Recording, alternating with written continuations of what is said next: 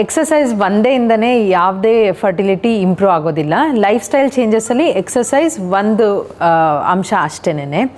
ಯಾವ ಥರ ಎಕ್ಸಸೈಸ್ ಇರಬೇಕು ಅನ್ನೋದನ್ನು ನಾನು ಹೇಳ್ತೀನಿ. ಅದರಲ್ಲಿ ಫಸ್ಟ್ ಯಾವುದಂತಂದರೆ ಯೋಗದಿಂದ ನಮಗೇನಾಗುತ್ತೆ ಅಂತ ಅಂದರೆ ನಮ್ಮದು ಹಾರ್ಮೋನ್ ಬ್ಯಾಲೆನ್ಸ್ ಆಗುತ್ತೆ, ಜೊತೆಗೆ ನಮಗೆ ಮೈಂಡ್ ಮೇಲಿರೋಂತಹ ಸ್ಟ್ರೆಸ್ ಕೂಡ ಕಡಿಮೆ ಆಗುತ್ತೆ.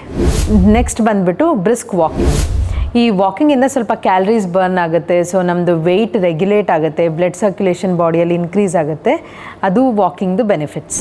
ನೆಕ್ಸ್ಟ್ ಬಂದುಬಿಟ್ಟು ಸ್ಟ್ರೆಂತ್ ಟ್ರೈನಿಂಗ್ ಅಂತಂದರೆ ನಾವೀಗ ಜಿಮ್ಮಲ್ಲಿ ಏನು ಮಾಡ್ತೀವಿ, ವೆಯ್ಟ್ಸ್ನೆಲ್ಲ ಎತ್ತೋದ್ರಿಂದ ಅಪ್ಪರ್ ಬಾಡಿ ಅಥವಾ ಹೊಟ್ಟೆಗಾಗಲಿ, ಬೆನ್ನಿಗಾಗಲಿ, ಕಾಲಿಗಾಗಲಿ ಏನು ಎಕ್ಸಸೈಸ್ ಮಾಡ್ತೀವಲ್ಲ ಅದರಿಂದ ಮಸಲ್ನ ಬಿಲ್ಡ್ ಮಾಡ್ಬೋದು. ಸೊ ಅದೂ one of the important type of exercise.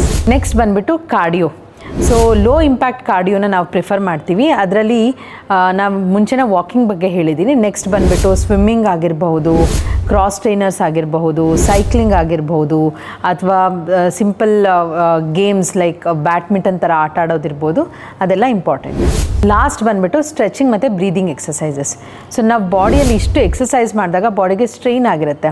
So ಸ್ಟ್ರೆಚಿಂಗಿಂದ ಬಾಡಿ ಮಸಲ್ಸು ಕಾಮ್ ಡೌನ್ ಆಗುತ್ತೆ, ಮತ್ತು ರಿಲ್ಯಾಕ್ಸಿಂಗ್ ಬ್ರೀದಿಂಗ್ ಎಕ್ಸಸೈಸಸ್ಸಿಂದ ಅಲ್ಲಿಗೆ ಬ್ಲಡ್ ಸರ್ಕ್ಯುಲೇಷನ್ ಇಂಪ್ರೂವ್ ಆಗಿಬಿಟ್ಟು ಈ ಮಸಲ್ಸ್ನ ರಿಕವರಿ ಮಾಡೋದಕ್ಕೆ ಹೆಲ್ಪ್ ಆಗುತ್ತೆ.